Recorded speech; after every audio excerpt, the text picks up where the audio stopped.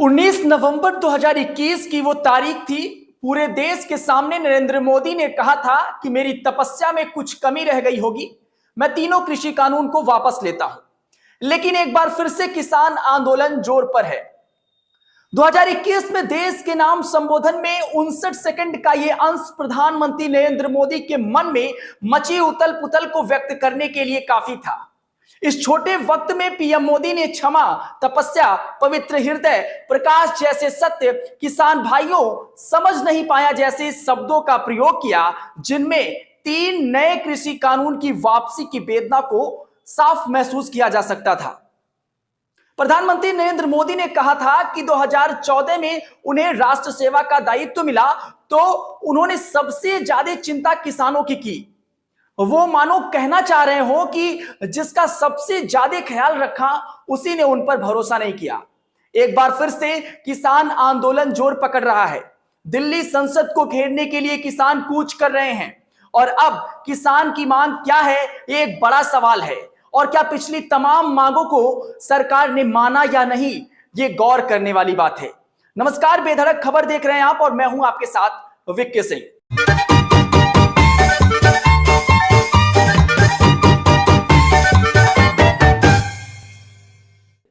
किसानों की समस्या और उनकी मांगों पर पारदर्शी ढंग से बातचीत और समाधान ना हो पाने का नतीजा है कि वे बार बार आंदोलन की राह पर चल पड़े हैं। गौतम बुद्ध नगर और उसके आसपास के जिलों के किसान इसलिए एक बार फिर से दिल्ली की तरफ कूच कर गए और सोमवार को दिन भर लोगों को यातायात की बाधा से जूझना पड़ा। दिल्ली नोएडा सीमा पर भारी पुलिस बल का तैनात होना और अवरोध लगाए जाने के बावजूद किसान नहीं रुके। हालांकि शाम होते होते उन्होंने अपना फैसला बदला और कहा कि सरकार से बातचीत में अगर संतोषजनक नतीजे नहीं निकलते हैं तो वो दिल्ली की तरफ जरूर जाएंगे। ये किसान कई वर्षों से अव्यवहारिक ढंग से निर्धारित किए गए मुआवजे में बढ़ोतरी और भुगतान की मांग कर रहे हैं। इससे पहले भी कई बार वे दिल्ली की तरफ बढ़ने का प्रयास कर चुके हैं। उत्तर प्रदेश सरकार पर दबाव बनाने की कोशिश कर रहे हैं, मगर उनकी मांगों पर ठीक से विचार नहीं किया गया।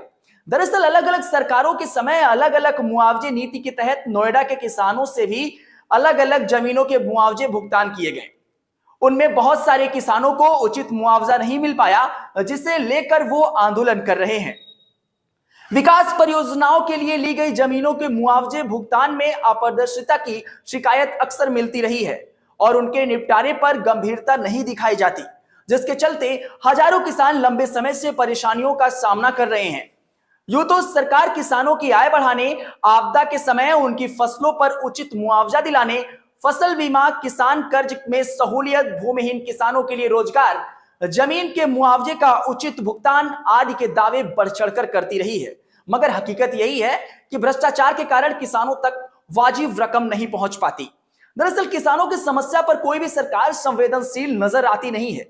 न्यूनतम समर्थन मूल्य की कानून की गारंटी का मुद्दा पुराना है और इसे लेकर किसान लंबे समय तक धरने पर बैठे रहे।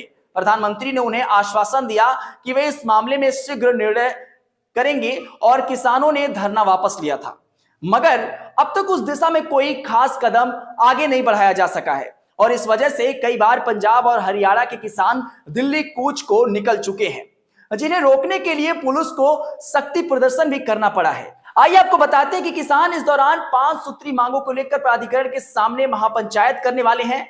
वो 5 सूत्री मांगे क्या है? सबसे पहली मांग है कि पुराने भूमि अधिग्रहण कानून के तहत प्रभावित किसानों को 10% प्लाट और 64.7% बढ़ा हुआ मुआवजा दिया जाए। दूसरी मांग यह है कि 1 जनवरी 2014 के बाद अधिग्रहित भूमि पर बाजार दर का 4 गुना मुआवजा और 20% प्लाट। तीसरा मांग यह है कि सभी भूमिधर और भूमिहीन किसानों के बच्चों को रोजगार और पुनर्वास लाभ दिया जाए। चौथी मांग यह है कि हाई पावर कमेटी के जरिए पास किए गए मुद्दों पर सरकारी आदेश जारी किए जाएं। और पांचवा सबसे बड़ी मांग यह है कि आबादी क्षेत्र की उचित निस्तारण किया जाना चाहिए।